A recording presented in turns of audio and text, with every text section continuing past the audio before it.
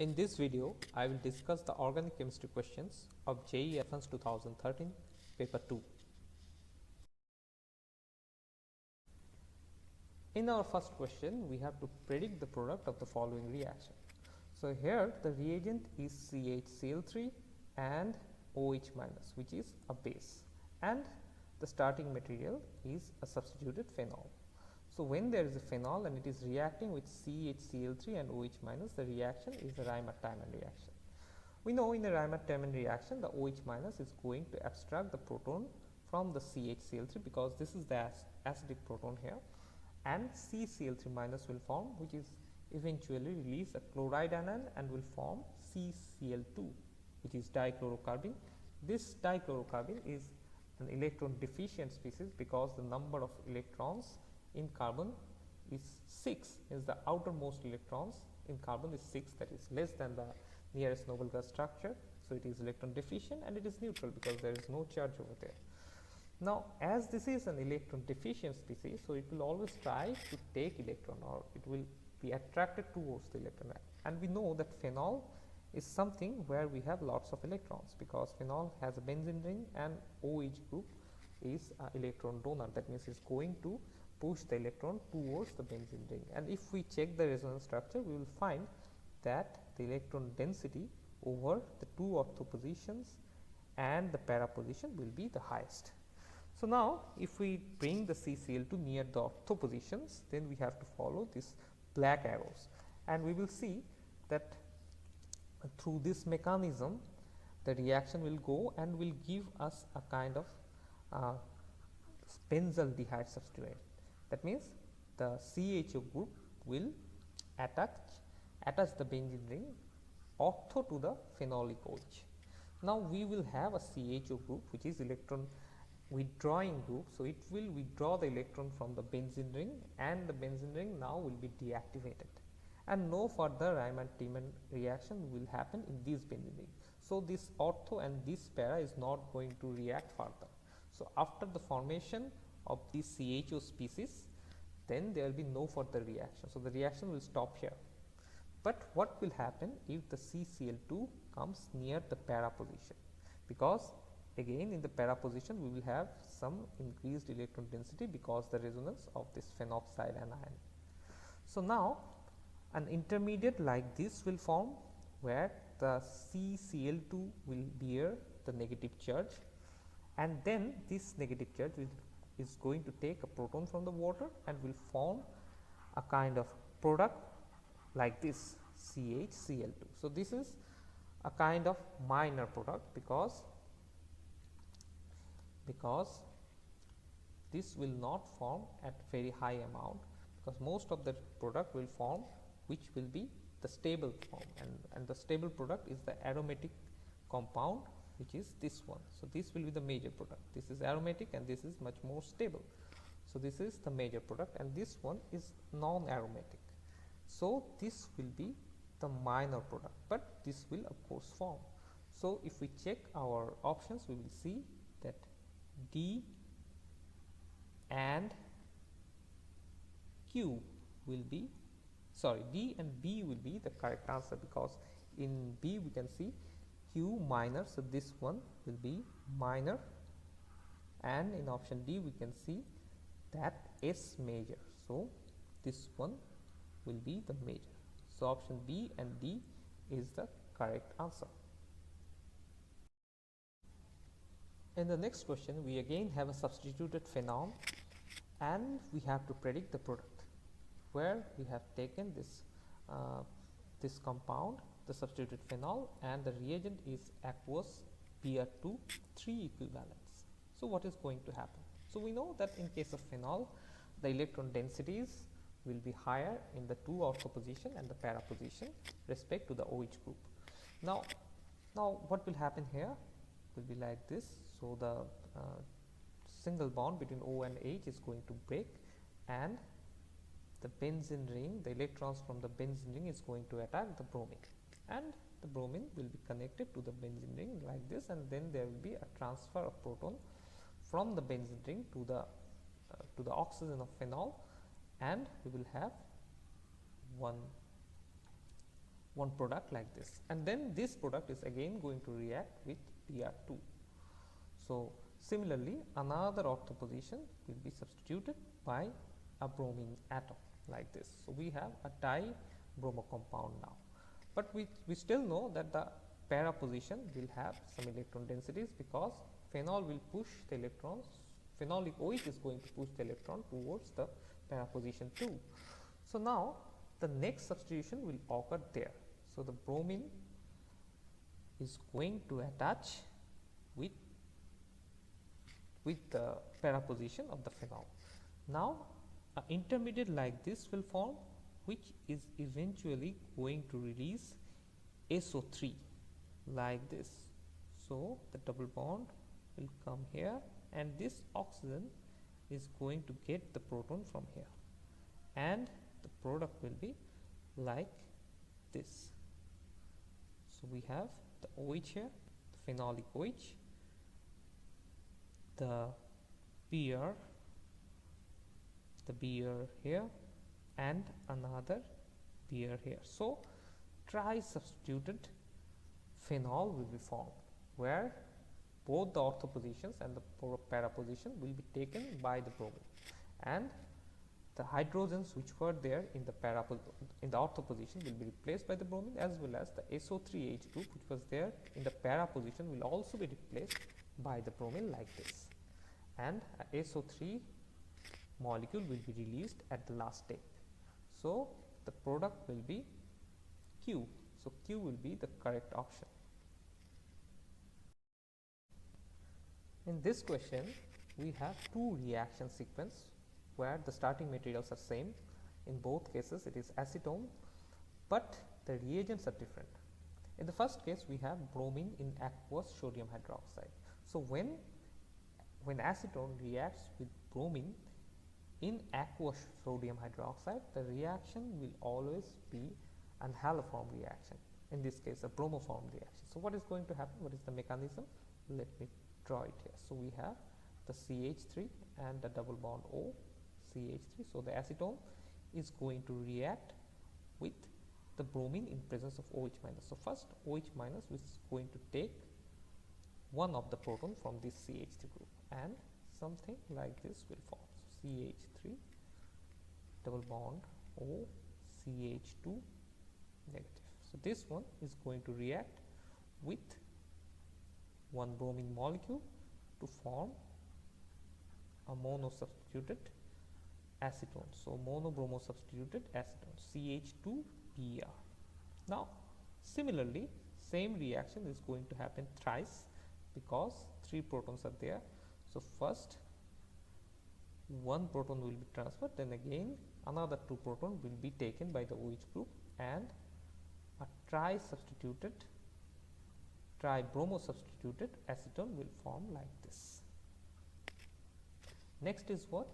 Next, the OH minus, which is already there in the system, is going to attack this carbonyl carbon, and CH3 CO minus will form, and we have the CBr3 at one hand and the OH minus in the other hand. Sorry, not OH minus anymore, OH in the other hand. So now this negative charge will eventually come back, and this will be released, the CBr3 minus. So we will have CH3 C double bond O OH plus CBr3 minus. So this negative charge is going to take the hydrogen, and we will have CH3 C double bond O O minus plus CHBr3. So this is the product, and this O minus will of course take a sodium as a counter cation, which is already present because we are doing the reaction in the presence of sodium hydroxide. So sodium will be the counter cation. So these two will be the product of the first reaction. Okay, now what about the second reaction? In case of second reaction, the reagent is bromine, but in presence of acetic acid. Okay, so before going to the second reaction, let me tell you something about the first reaction. We can see here 1 mole of bromine is given. We cannot use an excess amount of bromine here. That means all the acetone is not going to get converted to this product. Some of the acetone will react, because in this reaction we need 3 atoms of bromine. So, but we are only providing 2 atoms of bromine per acetone. So, there will be some leftover acetone. So, we will have some excess acetone left, which will not react because we do not have enough bromine. We are not providing enough bromine to the system. So, we will have these 3 products, these 3 compounds after the first reaction. The first 2, these 2 are basically the product of the reaction, and there will be some unreacted acetone. So, this is the end product of the first reaction. So, we can see that in option C we have T and U with some acetone. So, option C is probably going to be the correct answer. Anyway, I will check the second reaction also. In case of second reaction, let me erase this thing first. So, in case of second reaction, the bromine will behave a little bit differently because it is reacting in presence of acetic acid. So, acetone in presence of acetic acid will tautomerize, and it will form something like this, the enol form. Now, this enol form is going to react with the bromine, and this is going to happen. So, there will be one substitution here, like this, like this. So, you will have CH3, C double bond O, CH2, Br. So, we will get a mono substituted acetone, mono-bromo substituted acetone after the second reaction. So, the product of the second reaction is P. This one is the product. So, option C will be the correct answer. In this question, you have to identify P and Q, and you have to choose the correct one from these 4 options. So, there are some clues given in the question, that is, P and Q are isomers of dicarboxylic acid C4H4O4, both decolorize Br2H2O. On heating, P forms the cyclic anhydride. So, these 2, that is both decolorize Br2H2O and cyclize to form a cyclic anhydride, these 2 are the major clues. So, if the molecular formula of the compound is C4H4O4, and if it is a dicarboxylic acid with a double bond, then there must be fumaric acid and malic acid. So, this is P and Q. Now, among these 2 compound, Q, which is the malic acid, will easily form the anhydride, cyclic anhydride, because the 2 carboxylic acid group are at the same side of the double bond, because it is the cis isomers. But in case of the trans isomer, that is fumaric acid, it cannot form the anhydride because the 2 carboxylic acids are in opposite direction. So, it cannot form the cyclic anhydride. But Q can form the cyclic anhydride, which is known as malic anhydride. Now, we have to do the oxidation in presence of KMnO4, and we have to check what could be the possible compound after the oxidation. So, we know that KMnO4 oxidation is a kind of syn oxidation. That means the 2 OH group will add up on the same side of the double bond. Okay. So, the 2 OH group can be from below, from this direction, or can add up from the top direction. So, if we add the 2 OH group from the top direction, that means from the upside, then this compound will form, and this is drawn in sawhorse projection. And if we just add the 2 OH group from this downside, then this compound will form. So, now if I rotate the second compound, this one 180 degree, okay, I will just rotate the whole thing around this, along this bond 180 degrees. So, the 2 OH group is going to come up here, and the H which was here will go to this direction, and the COH will come here and same thing will happen to the other carbon. Carboxylic acid which was here will go to the opposite direction, and the H which was here will come here. Now if we compare this compound and this compound, we can see that one is the mirror image of the other one. So if I keep a mirror here, I can see that this one, the compound T, is just the mirror image of compound U. So if they are mirror image, of course we can see that there is no symmetry element present in T and U, so they are optically active. So T and U are optically active. Now if we take the malic acid and do the same, if we do oxidation in presence of KMnO4, it will give only one compound. Even if the OH group, if we add the OH group from top or from bottom, wherever, it will always give the same compound, and that compound will be like this. It will be an optically inactive compound because it has a plane of symmetry. That means this part, these three groups along with this carbon is just the mirror image of this part of the system. So it has a plane of symmetry, which means this is optically inactive. So S is optically inactive, and T as well as U, T and U are optically active. T and U are basically enantiomer of one another. So we will get three compounds, of course, S, T and U, where S will be optically inactive because it has a plane of symmetry. T and U will be optically active. So if we check the options now, optically inactive S and optically active T and U. So option A will be the correct answer. In this question, we have to identify V and W. A sequence of reaction is given here.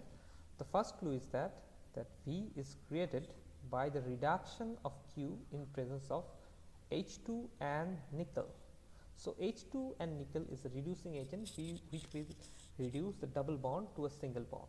So we can assume that in V there will be no CC double bond present, because V is something which is created after a reduction in presence of H2 nickel. So there will be no CC double bond in V. So now if we check the option, we can see that these two have CC double bond in their structure. So we can cancel out B and D easily. So we have A and C, and in both the cases there are the V given are same. So we can take this anhydride as V.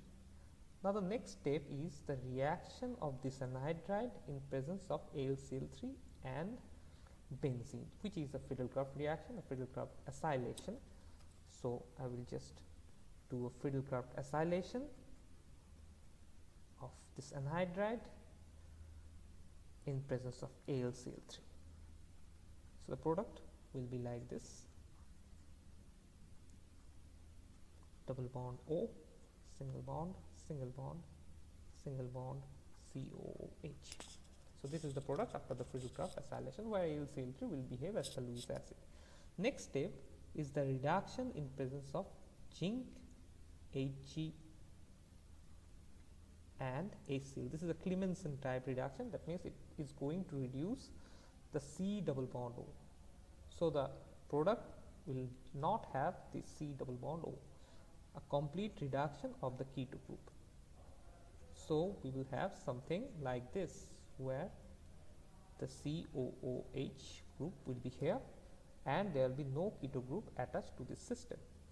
So now in the next step there is H3PO4, which is going to take out one molecule of water from the system and will cyclize the system. So if I draw the carboxylic acid group in this fashion, like CO and OH, so the water will be removed from here. So water will be taken from here and a cyclization will take place. So the resulting molecule after the removal of water in presence of H3PO4 will be like this. So this is the final product, so, and structure of W. So if we check the options now, option A is the correct option. If you have liked my video, please click the thumbs up button as well as share the link with other people. And for more videos, please subscribe my channel and press the bell icon. Most importantly, please comment below about your needs related to chemistry so that I can make more videos on several other topics.